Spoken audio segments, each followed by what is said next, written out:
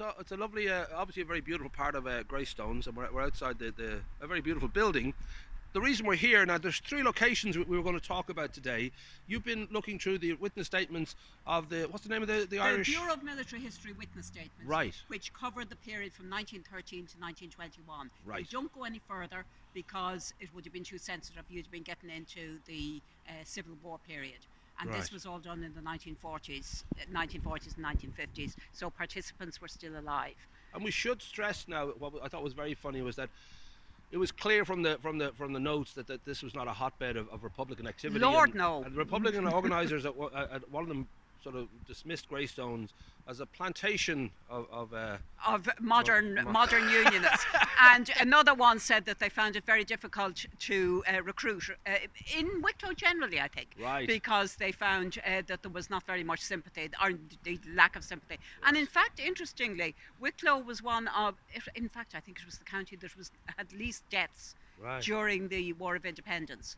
I mean, compared with places like Cork, where you're into the hundreds, Wicklow had, I can't remember if it was 7 or 9, but very, very small. Now, that's not to say there wasn't terror, but Sure. it wasn't deaths. And part of the attraction for, and we're going to talk about Michael Collins, but we're going to first talk about Eamon de Valera.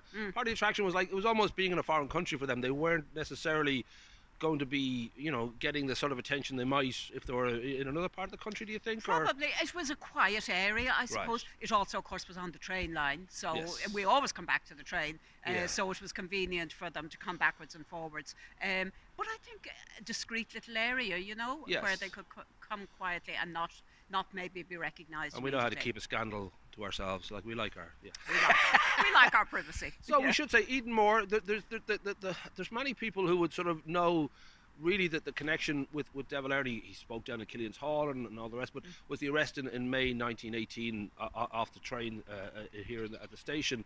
His time here, how long was he kind of in Greystones? I think they were here from around 1917. Right. But of course, a lot of that time he was away. Okay. He was either on the run, he was on business in Dublin, or later on in America, or he was in prison. Okay. And how long did they stay then ultimately? They stayed for about 10 years. Wow, altogether. Okay, a good stretch. Mrs. Dev taught Irish. The children went to school down in St. Bridget's. Right. She taught Irish. Right. Because I had in my head it was a briefer kind of stay, but 10 years is a bit longer. So there was quite a serious maybe intent to sort of be here as a real base, because I sometimes think with Collins and that it was a little bit of an escape or a holiday, a breakaway, but that was obviously a definite sort of yeah. So we should Who can read Dev's mind? That's true. Not even Mrs. De Valera, I'm sure. No, indeed. So I suppose that the one thing we should, I don't know whether you found much within the witness statements. Was there a kind of a touch upon the arrest? I don't know if there were certain things dealt with. There was. The arrest was described, and it was described interestingly by Sean T. O'Kelly, who of course preceded Dev as President of Ireland later on, but was a colleague at that stage. And he describes the whole thing. Dev, they were arresting the Republican leaders. It was in connection with an alleged German plot. Right. So Dev was warned, and he poo-pooed the suggestion. And insisted on coming on as normal. So he got the late train from Harcourt Street, came out, and in Bray, some police officers got on into the next door compartment. And the driver and the guard realised what was happening, and they went back to Dev and said, "Oi, the crowd are next door." And they said, "If you like, we'll slow down as we're going through, as we're approaching Greystones. You can jump out, and you'll be away, and you'll be grounded." Right. But Dev just refused to do that. It wasn't necessary. Whatever reason. Yeah. So anyway, he arrives in Greystones and he's accosted and he's arrested, and they held him in the waiting room in Greystones for a little while, searched him, then brought him into Kingstown, as it was then, and put him on the boat train and over to Lincoln Jail, where he escaped, of course, 6 months later. Ba-boom. Proper Greystones man. Now that idea too, that his time here, was there just a natural end to their time here? Was there, I don't know if there was a kind of a reason that they moved on? I mean, I guess he's always been so active in regard to, basically being part of Irish politics. I'm sure it was always in his mind that he would just, follow whatever his instincts told him. Well, yeah, I don't really know why they moved on.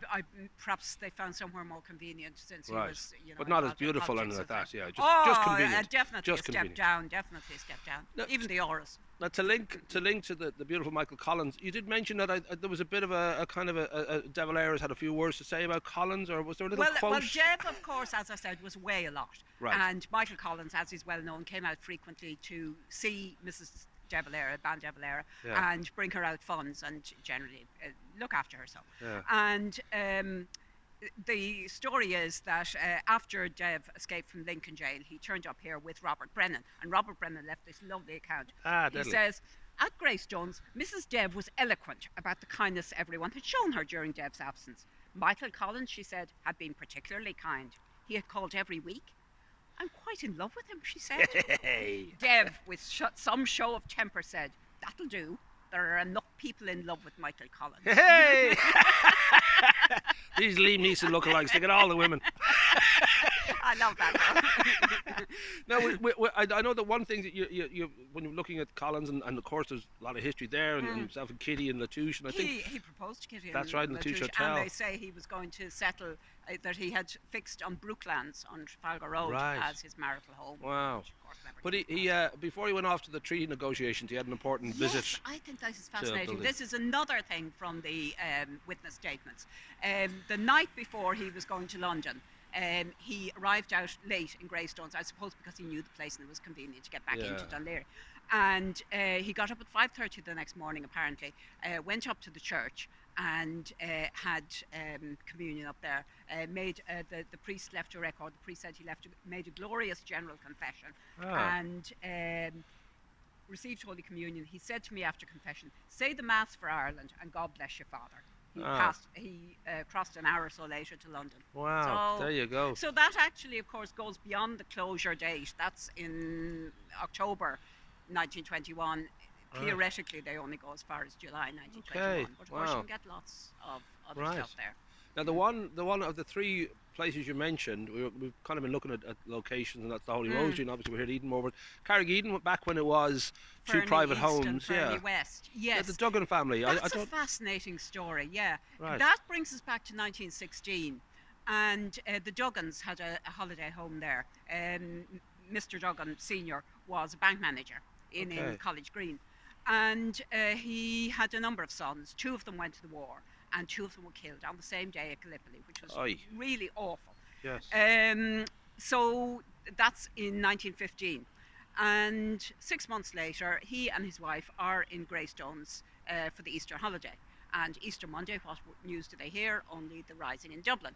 So he decided he had to be in the bank, which was obviously right in the middle of events. Yes. He had to be in the bank while the troubles were going on. So he went in, he established himself in the bank for the week. So he had a bird's eye view, quite literally, of what was happening down in Sackville, O'Connell Street. Was his motivation, do you think, he wanted to look after the building? He wanted he to look after the building. Yeah, he was there with a caretaker. Right. Anyway, in the course of the week, banging on the door, and it turned out to be a group of soldiers with an inexperienced young officer and a drunken sergeant.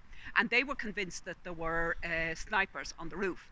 And I think they had the right to actually shoot anybody that they found on premises like that. So things were serious. So they searched the whole premises, couldn't find anybody, but they were still convinced that it was the centre of something. And things were looking very bad for him. They were probably going to shoot him.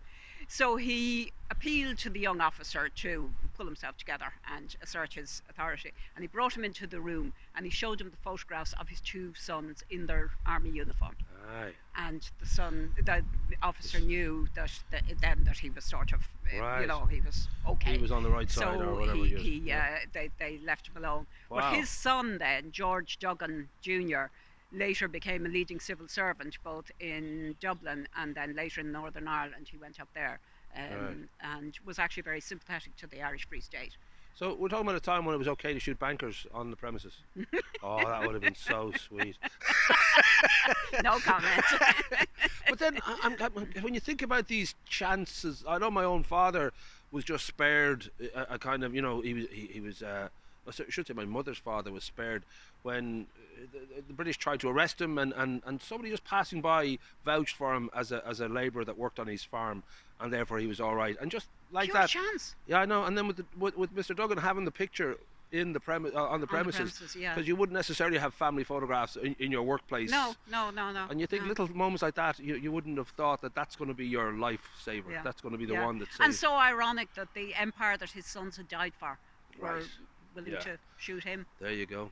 Now we should say that I'm guessing, I think you mentioned it to me, that there isn't a huge amount of Greystones history in the witness statements. There's only, I think, 24 references, and some of those aren't even particularly relevant because there are people like Padraig McCartan who was living here, but I didn't have any connection. But I mean, the very fact that not that much was happening is significant in itself because it tells you about the sort of place Greystones was at that particular period. Right, removed from, we'll say, the madness that was going on, and there was a sense that it was an escape really for those who come out here. There probably was that feeling that it's a little bit away from that sort of interesting then, of course, I suppose that the Ryans came out here later. They would have come in kind of the mid 1920s, and they of course would have been friends of Dev. I suppose there was a time when both families were probably living here. Right. Well, we'll put a link in. I know that you're doing a feature for the Greystones Archaeological and Historical Society, so we'll link to that and also to the military records themselves if people want to explore further. But yeah, it's always fascinating. You kind of realise there's I won't say they're hidden, but there's certainly parts of our history here that you wouldn't necessarily just know of instinctively, and yet they're kind of pivotal in parts of you think about De Valera, 10 years here is pretty spectacular, and even moments like Duggan's. That's a very touching. It is, and that's a link with, I suppose, the majority population in Greystones at the time. So actually, what is in the witness statements, although it's not an enormous amount of information, it's actually very interesting. There are those three very interesting stories about Dev and Collins and Duggan's, and reflect deeply on not only the characters involved, but as you say, Greystones itself and where Ireland was at that time. But certainly they're kind of even almost a reason for being here. In the case of Collins and De Valera, it reflects on what they were looking for at that time. Nicely done.